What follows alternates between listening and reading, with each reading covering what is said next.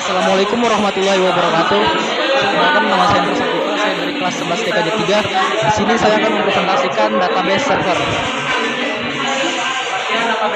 Pengertian database server. Database server atau pusat basis data adalah server yang bertugas mengolah, menyimpan, dan mendistribusikan berbagai data kompleks yang dihasilkan dari berbagai sumber.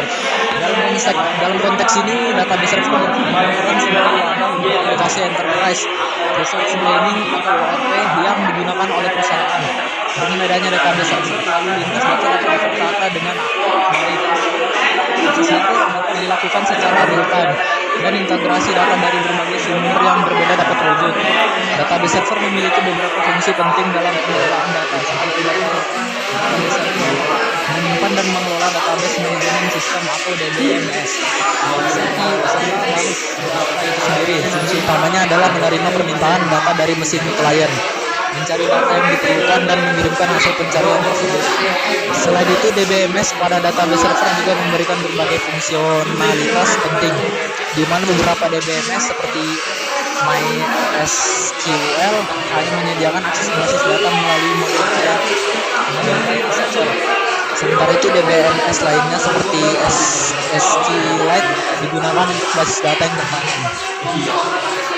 Contoh database server yang pertama, MySQL database server yang gratis dengan open source, digunakan secara luas untuk aplikasi web dan bisnis kecil hingga menengah.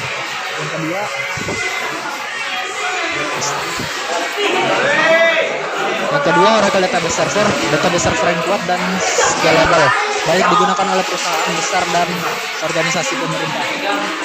Yang ketiga, Microsoft SQL Server, database server yang digunakan Microsoft, terintegrasi dengan produk Microsoft lainnya dan sering digunakan dalam lingkungan Windows. Yang keempat, PostgreSQL database server yang gratis dan open source, digunakan aplikasi web dan bisnis kecil hingga menengah. Yang kelima,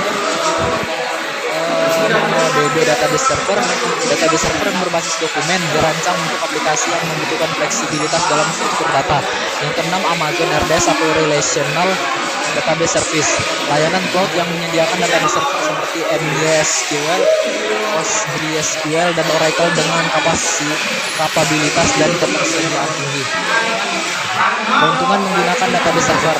Yang pertama, kecepatan dan kemudahan speed. Dengan menggunakan basis data, pengambilan informasi dapat dilakukan dengan cepat dan mudah. Basis data yang memiliki kemampuan dalam mengelompokkan, mengurutkan, bahkan perhitungan dengan matematika dengan perencanaan yang benar, maka penyajian informasi akan dapat dilakukan dengan cepat dan mudah. Yang kedua, pemusatan kontrol data. Karena cukup dengan satu basis data untuk banyak keperluan, pengumpulan terhadap data juga cukup dilakukan di satu tempat saja. Data lama misalnya maka tidak perlu kita mengupdate semua data di masing-masing bagian, tetapi cukup hanya di satu basis data. Tiga, efisiensi ruang penyimpanan atau space. Dengan pemakaian bersama, tidak perlu menyediakan tempat penyimpanan di berbagai tempat, tetapi satu saja, sehingga ini akan menghemat penyimpanan data yang dimiliki oleh sebuah organisasi. Yang keempat, keakuratan operasi. Penerapan secara ketat aturan data, domain data, komunitas data, dan lain-lain, dapat menekan keakuratan dalam pemasukan atau penyebaran data. Yang kelima, ketersediaan atau availability. Dengan basis data kita dapat membackup data, memilah-milah data mana yang masih diperlukan dan data mana yang perlu kita simpan ke tempat lain. Hal ini mengingat pertumbuhan transaksi suatu organisasi dari waktu ke waktu membutuhkan media penyimpanan yang semakin besar. Tidak bisa di-pause. Keamanan atau security. Kebanyakan DBMS dilengkapi dengan fasilitas manajemen pengguna, diberikan hak akses yang berbeda-beda sesuai dengan penggunaan dan posisinya. Basis data bisa diberikan password untuk membatasi orang yang mengaksesnya. 7, kebebasan data atau data independence. Jika sebuah perusahaan telah selesai dibuat dan ternyata ada perubahan isi atau struktur data, maka dengan basis data, perubahan ini hanya perlu dilakukan pada level DBMS tanpa harus membongkar kembali program aplikasinya. Yang ke-8, user view. Basis data penyediaan pandangan yang berbeda-beda untuk tiap pengguna. Sebagai contoh, kita memiliki data-data dari perusahaan yang bergerak di bidang retail.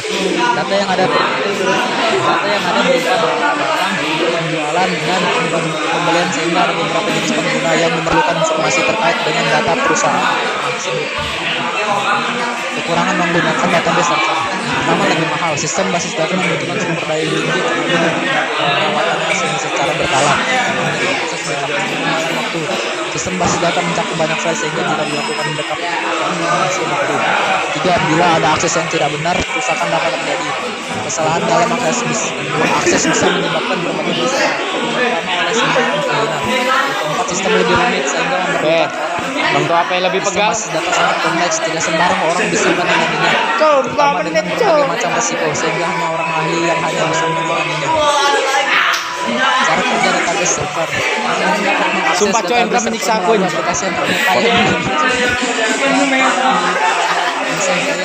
yang alternatifnya klien juga dapat menggunakan 5 menit aplikasi ini. backend Lebih dari yang 5 berjalan di server untuk mengelola basis data untuk memudahkan panggilan DBMS oleh klien. Digunakan Standard Open Database Connectivity atau ODBC. ODBC memerlukan perangkat lunak yang harus terpasang baik di sisi klien maupun server. Dalam model master slave, server master database berperan sebagai lokasi utama penyimpanan data, sementara server slave database berfungsi sebagai salinan dari server master yang berperan sebagai sekarang sisi lanjut. Di sini saya akan menggunakan apa itu contoh aplikasi database server. Oke, saya akan menjawab pertanyaan dari saudara Hendra. Aplikasinya itu yang pertama MySQL, yang kedua yaitu Microsoft SQL Server. Kemudian saya akan bertanya kepada saudara Hendra, apa keuntungan database server? Sebutkan dua. Keuntungan menggunakan database server itu ya database lebih akurat dan itu presentasi dari saya. Assalamualaikum warahmatullahi wabarakatuh.